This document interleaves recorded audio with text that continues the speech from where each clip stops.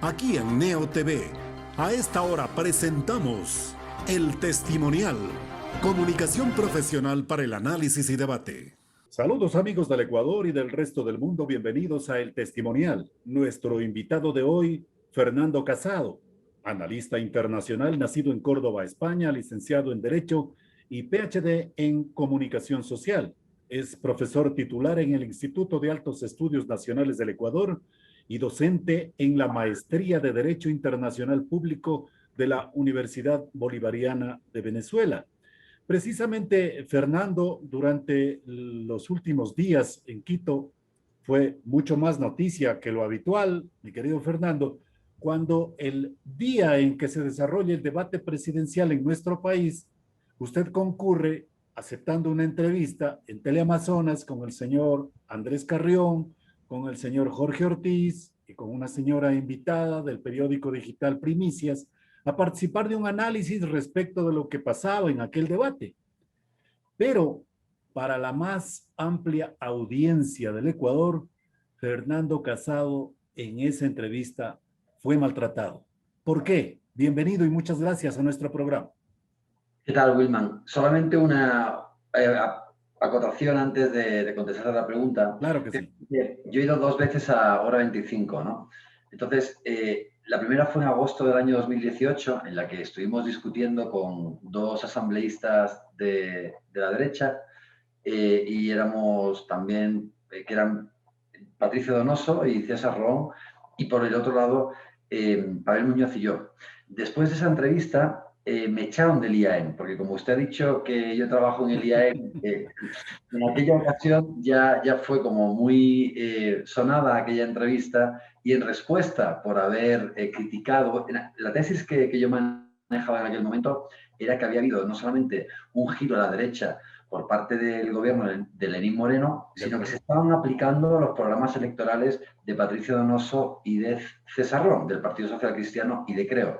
Y después se montó pues un gran ruido mediático por esa entrevista y entonces ya no trabajo en el IAEM, ya no trabajo en esa institución porque me echaron de manera ilegal, cosa que además fue después impugnado en la Defensoría del Pueblo y la Defensoría del Pueblo me dio la razón, ¿no? Sin embargo, el IEN mantuvo su posición de apartarlo a usted de la academia. Claro, lo cual es un gravísimo error porque tarde o temprano se va a ver obligado a reincorporarme a esa institución. Entonces, cuanto más tiempo pase, pues peores consecuencias jurídicas van a ocurrir. Pero bueno, ellos sabrán lo que están haciendo en este momento. Y bueno, y respecto a la pregunta, pues sí, yo me quedé un poco sorprendido de la reacción y de la encerrona, ¿no? Porque más bien parecía una encerrona. Es cierto que eran desde el principio, pues, eran 3 posiciones contra una, porque obviamente tanto el moderador como los 2 invitados pues tenían una clara posición a la derecha de apoyo a Guillermo Lasso y yo era la única visión progresista dentro del plató, ¿no? Ahora, ¿por qué aceptó Fernando Casado en la pregunta? ¿Por Bueno, valiente, por ingenuo o porque hay la necesidad de ocupar esos espacios precisamente más conflictivos respecto de una tesis que puede tener mayor identidad con un criterio nacional, con una aspiración ciudadana de cambio y de transformación que muchas veces estos grupos empresariales mediáticos detienen, bloquean o distorsionan la opinión pública nacional? la 3 es esa, ¿no? No fue por ingenuo, no fue por valiente, fue porque hay que ocupar esos espacios. Sí, creo que esos medios de comunicación que todavía tienen muchísima fuerza, hoy en día pues hablamos de una convergencia transmediática y por lo tanto al formato hegemónico de la TV le han seguido muchos competidores como las redes sociales, como los medios digitales.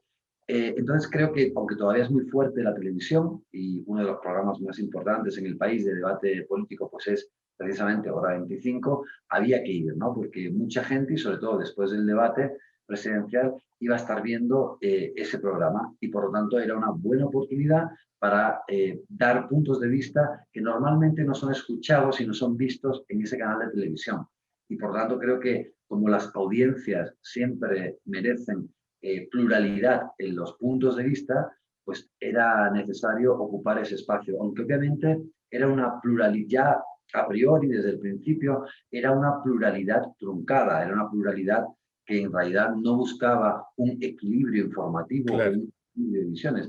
Era una pluralidad que lo que buscaba era, al tener una representación de la mayor opción política de la ciudadanía, pero la menos representada en ese plató, se quería legitimar en realidad, el plan creo que era legitimar la visión conservadora y de derechas de ese canal de televisión. Lo que pasa es que les salió mal. Claro. Fernando, eso es lo que podríamos llamar como el antiperiodismo, es decir, generar agresiones mediáticas de los grandes grupos empresariales con determinados invitados, porque precisamente esos invitados representan la tendencia de una opinión mucho más amplia, pero que es aprovechada por los actores para desarrollar agresiones mediáticas que terminan como el ejemplo que tú, o la experiencia que tú viviste, Fernando. Sí, yo creo que es parte del comportamiento poco profesional, poco ético, que viola pues, con la deontología de la propia profesión y por lo tanto sí, es una expresión de antiperiodismo, ¿no? Cuando los propios medios hegemónicos y periodistas de estos canales te van a defender siempre que la pluralidad es un valor importantísimo, fundamental del periodismo y que el equilibrio es necesario, pues ellos justamente hacen lo contrario de lo que son conscientes que se debe de hacer. Y por lo tanto, mantener una posición disidente, pero mayoritaria en la sociedad, de esa manera en el plató y después además tratar de cercarla, tratar de hacer que quede mal, pues obviamente eso es un comportamiento antiperiodístico. Sí, porque yo como comunicador social he podido advertir también que esos medios de comunicación, esos grupos empresariales mediáticos, tienen un distinto comportamiento con Fernando Casado, que es de origen español, y para poner un ejemplo, con el señor José Hernández, un periodista colombiano radicado en el Ecuador. Entonces los niveles de tolerancia en un caso son muy amplios y muy reducidos en el caso de Fernando Casado. Entonces ahí está de por medio precisamente la intencionalidad que ese grupo empresarial procura con la opinión pública, Fernando. ¿Qué opinas tú?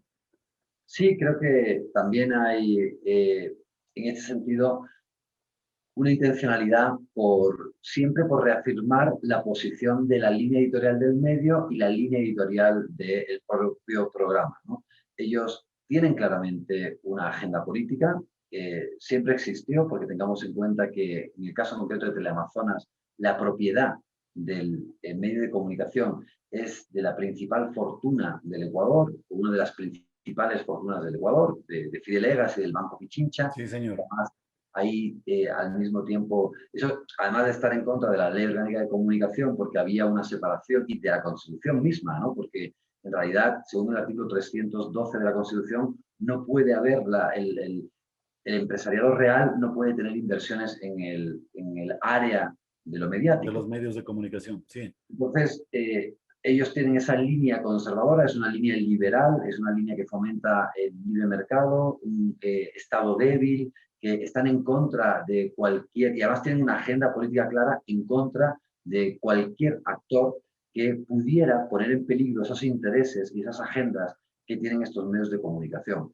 Entonces, yo creo que siempre tratan de llevar a la opinión pública hacia el lugar en el cual ellos comulgan, es decir, ellos quieren reafirmar sus propias convicciones e imponérselas a la opinión pública a través de su programa de opinión política, de informativos, y por lo tanto, pues normalmente también tratan de, en la medida de lo posible, disminuir, achicar o dejar mal paradas las opiniones disidentes a su línea editorial. Exacto, Fernando. Y usted ha hecho una afirmación recientemente. Ha dicho, los grandes medios de comunicación de las élites van a evitar que Andrés Arauz llegue a la presidencia de la República. ¿En dónde centra esta afirmación, Fernando? Más allá de lo que hemos dicho, en realidad, ese es el afán de los grupos mediáticos empresariales, bloquear la posibilidad de triunfo del candidato Andrés Arauz. Sí, siempre lo han sido, ¿no? Los medios de comunicación, como un sistema de dominación cultural, trata siempre reafirmar sobre la sociedad la visión de las élites, ¿no? En el caso de Amazonas, claramente también, ¿no? Hay un vínculo directo entre el sector empresarial, la élite y el medio de comunicación. Entonces, siempre han intentado coartar, no en el Ecuador solo, sino a nivel mundial, en todo Occidente. Lo que ha ocurrido es que cualquier actor que pugne o que ponga en tela de juicio a ese liberalismo que ellos propugnan, pues va a ser siempre censurado, va a ser siempre vilipendiado, va a ser siempre perseguido o de alguna manera bloqueado en estos medios de comunicación. Se va a tratar siempre de llevar a la opinión pública, de alejar a la opinión pública de esas opiniones disidentes. Y utilizan pues, los mecanismos de dominación cultural precisamente para que no se extiendan ese tipo de ideas disidentes que afectan a sus intereses directamente. Pero Fernando, implica entonces que de nuestro lado se está dando un reconocimiento implícito de un amplio poder todavía de manejo de la opinión pública de estos medios, o ya las redes sociales se convierten en medios alternativos que les restan espacio, les restan territorio para sus objetivos. Sin duda, es lo que te decía, ¿no? Hay una convergencia transmediática, al igual que o sea, desde los años 50, 60 del siglo XX se erige la televisión como el medio de comunicación hegemónico de masas, ¿no? Anteriormente había sido la radio, habíamos tenido también la prensa, entonces ahí coexistieron durante mucho tiempo esos tres medios de comunicación, prensa, radio y televisión, pero siempre con una clarísima hegemonía por parte de la televisión. Ahora nos encontramos con que los tres medios de comunicación tradicionales que han existido conviven en este momento con otros medios de comunicación. Y entonces, aunque creo que todavía al estar en un proceso de transición en el que nos han masificado completamente las redes sociales, en el que nos han desarrollado totalmente el potencial que tienen los medios digitales, porque además los gustos y consumos y manera de consumir de las audiencias están cambiando, ¿no? Entonces todavía hay una coexistencia de todos estos distintos mecanismos de comunicación en el que aún aunque está en decadencia, pero está en decadencia la hegemonía de la televisión, porque la televisión va a existir durante mucho tiempo todavía. Sin duda alguna, claro.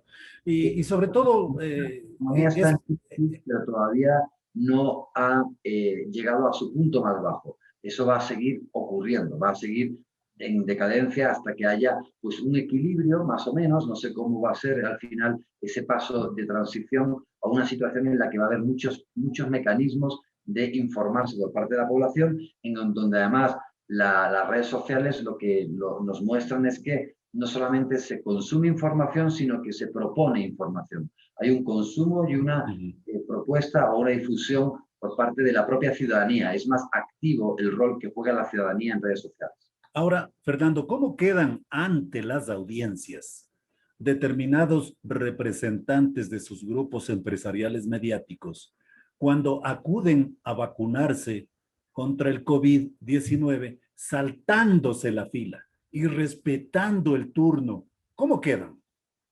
Bueno, yo creo que ese tipo de actos simbólicos que son casi que infames, son los momentos en el que podemos ver cómo es el comportamiento despreciable por parte de la élite.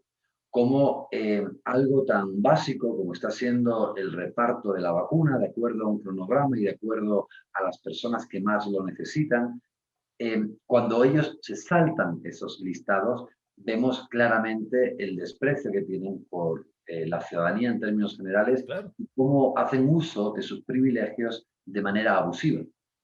Claro, y sobre todo con unas justificaciones de quinta categoría, ¿no? Sí, efectivamente. Además, con justificaciones que pueden sonar ridículas. Sí. Precisamente estos contenidos, la Ley Orgánica de Comunicación procuraba regularlos. No obstante, los grupos empresariales mediáticos insisten en la autorregulación.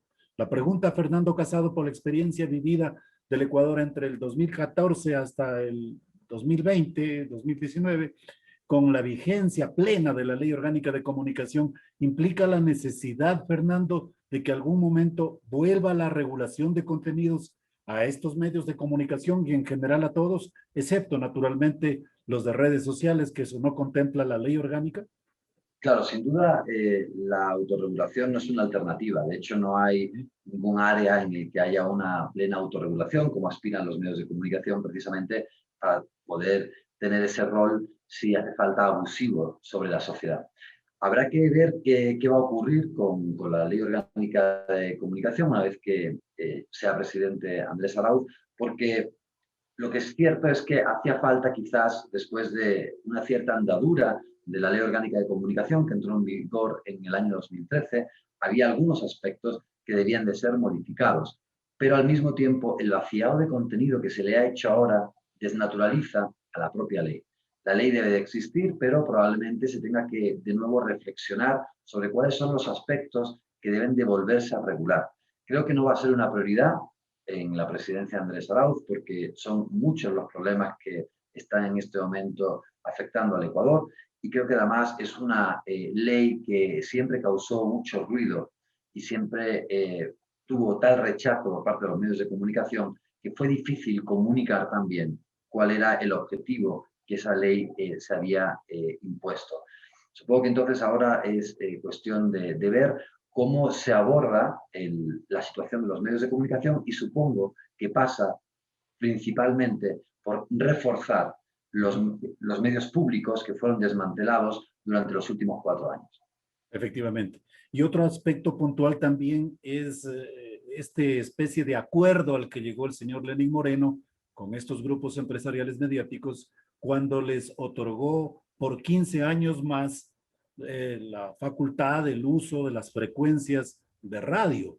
Entonces, este es otro aspecto que desde el punto de vista de Fernando Casado también habría que auditarlo, examinarlo para ver exactamente su idoneidad o volverlo a cero a este concurso de frecuencias que terminó con lo que te he señalado, Fernando. Sí, probablemente haya que ver qué ocurrió, porque ese concurso tuvo muchos exabruptos, ¿no? Fue un concurso que inició, a mitad del camino se volvió a cero, después se volvió a retomar. Entonces, es cierto que hay muchas sospechas de que quizás haya habido también abusos en cómo se concedieron algo que pertenece al Estado ecuatoriano, como es el espectro radioeléctrico, y el periodo durante el que se hizo. Entonces, habrá que ver si el último otorgamiento de frecuencias se hizo de acuerdo a la ley o si, por el contrario, hubo abusos, y habrá que, supongo, que revisar ese tipo de decisiones. Fernando, los medios de comunicación agitan miedos y en la campaña electoral del Ecuador se puede observar aquello. Y nada más que con una frase te pongo el ejemplo para recoger luego tu opinión. El candidato Andrés Arauz va a venezuelizar a Ecuador. Ese es el riesgo. ¿Queremos vivir como los venezolanos? En una instancia migratoria de pobreza, de miseria, de trabajo precario, con esos viajes que desarrollan en distintos países de América Latina. Aquí mismo en el Ecuador tenemos 500,000 ciudadanos venezolanos en tales circunstancias. Y le pregunto a quién defiende permanentemente la política, el régimen, el sistema político que se desarrolla en Venezuela. Fernando, ¿hay ese riesgo? Los medios, digo, agitan el miedo, pero ese impacto también está cobrando en una realidad que vemos que Venezuela no está tan bien en materia económica y social. Sí, los medios de comunicación y el opositor político Andrés Arauz, pues, por supuesto, está utilizando la campaña del miedo para movilizar a la gente, ¿no? Tratar de estereotipar al propio Andrés Arauz y compararlo con una Venezuela en crisis, una Venezuela en probablemente su mayor momento de dificultad en 200 años de vida republicana. No, no hay tal riesgo. No hay tal riesgo primero porque la estructura económica del Ecuador es completamente distinta a la venezolana. Venezuela, recordemos que es prácticamente un monoproductor de petróleo y poco más, ¿no?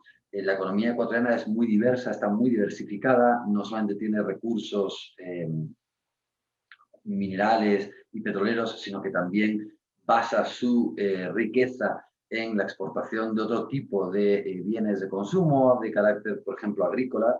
como flores, como camarón, como atún, y por lo tanto esa diversificación va a hacer que en cualquier caso siempre las crisis puedan ser mejor asumidas. Eso por un lado. Y por otro lado también recordemos el rol que ha jugado Venezuela y la confrontación que ha tenido Venezuela con Estados Unidos, que no es la que ha tenido nunca en ningún momento, ni en los peores momentos de tensión, el Ecuador. Okay. Y también recordemos que todo eso fue llevando durante décadas de revolución bolivariana en Venezuela hacia una situación que fue la que actualmente también sufre Venezuela de embargo, de crisis, en el que ha habido un cerco y sanciones económicas. Pero eso no fue de la noche a la mañana. Eso, después de una confrontación altísima y directa entre Venezuela y Estados Unidos, primero dio a que en el año 2015, ya sin Chávez en vida, se iniciara el proceso por parte de Obama en el que se declara como una amenaza a Venezuela, y a partir de ese momento se van de manera creciente imponiendo una serie de sanciones. Pero imagínense, la confrontación con Venezuela y Estados Unidos se inicia desde que Chávez llega al poder en 1990. Claro, con el bloqueo comercial correspondiente, ¿no? No, al principio no había bloqueo comercial. Le quiero decir, Wilmar, que las sanciones no fueron de la noche a la mañana. Primero hubo desde el año 98 una grandísima tensión y confrontación directa entre Venezuela, representada por Hugo Chávez, y en principio el presidente George Bush, y después los que vinieron después, y no es hasta el año 2015 que se inician las sanciones y que se inicia la crisis terrible de Venezuela. Por lo tanto, es desde cualquier... Claro, lo que pasa es que explicar esto requiere de tiempo, ¿no? Claro. Y es más fácil decir, Arauz va a venezolarizar, y se acabó, ya no hay más explicación. Se estereotipa la realidad y se trata de inculcar miedo. Pero quienes dicen eso, dicen un sinsentido. Y es más, yo me atrevería a decir que si alguien va a venezolanizar a Venezuela es Lasso, porque la crisis a la que nos va a llevar por el neoliberalismo va a ser comparable a lo que ocurrió en el 98 con el feriado bancario. Y fue esa la situación más grave que vivimos en el Ecuador, y fue esa la que expulsó a millones de ecuatorianos al exterior. Ahora, dos factores de miedo adicionales: que se acaba la dolarización y que el Ejército de Liberación Nacional financie la campaña de Andrés Arauz. Su opinión, Fernando. Bueno, lo del ELN ya se supo que un ornitólogo desmontó aquella acusación, ¿no? Que es horrible, y pudo ver como aquello era un montaje, ¿no? Un vil montaje que, de nuevo, fíjate que jugaron los medios de comunicación un rol fundamental, porque la propiedad de Semana, que había sido históricamente había sido una, que es de donde proviene la información, había sido una revista muy prestigiosa que fue comprada recientemente por uno de esos grandes magnates de derecha, además, muy vinculado al uribismo, y es entonces cuando inicia, bueno, primero, abandonaron la revista Semana los mejores periodistas, renunciaron a su trabajo porque ya no tenían afinidad con la línea editorial que se estaba imponiendo a lo interno de la revista, y entonces esta revista ha sido instrumentalizada con una visión claramente política. Y este reportaje pues fue uno de ellos. Pero es que además el reportaje, o sea, no solamente hay una mala intencionalidad por parte del medio en la publicación de un reportaje que no es nada riguroso, sino que además no solamente no es riguroso, sino que ha sido totalmente desmontado, porque se sabe que ni siquiera el lugar donde se supone que fue filmado ocurrió, porque se escuchó una tórtola que no existe en el lugar, en ningún lugar de Colombia. Es una especie, al parecer, endémica en el Ecuador, y por lo tanto fue todo un vil montaje, ¿no? Sí. Y el otro tema era... la dolarización, que se acaba con Andrés Arauz. Igual, el tema de la dolarización, ¿no? Intentar forzar el hecho de que Andrés Arauz, porque haya hecho un análisis en algún momento, pues eso es la prueba fehaciente de que va a desdolarizar el Ecuador. Y de nuevo, aquí pues lo que vemos es que ambos candidatos alegan que son pro dolarización. Ahora, a mí lo que me preocupa es que Lasso pues pareciera que es pro dolarización, pero de Panamá, porque la eliminación de la salida de impuestos de capitales y la fundación de muchos bancos y el haber extraído el dinero en Ecuador y haberlo llevado a paraísos fiscales, eso es lo que desdolariza. Eso es lo que nos deja sin liquidez en dólares en el Ecuador. Entonces yo creo que más bien quien tiene una agenda desdolarizadora, o quien va a fomentar la desdolarización, es Guillermo Lasso. La población electoral ecuatoriana es lo suficientemente inteligente para advertir esta especie de banalización, de novelización, de línea demagógica, contradictoria, incluso desde lo estético, el desarrollo de la política electoral en el escenario ecuatoriano para advertir y darse cuenta que cuando llegue a las urnas haga el escogitamiento de la mejor opción presidencial para los próximos 4 años en el Ecuador, Fernando? Yo creo que sí, yo creo que además lo ha demostrado en muchas ocasiones el Ecuador, pese a las traiciones, ¿no?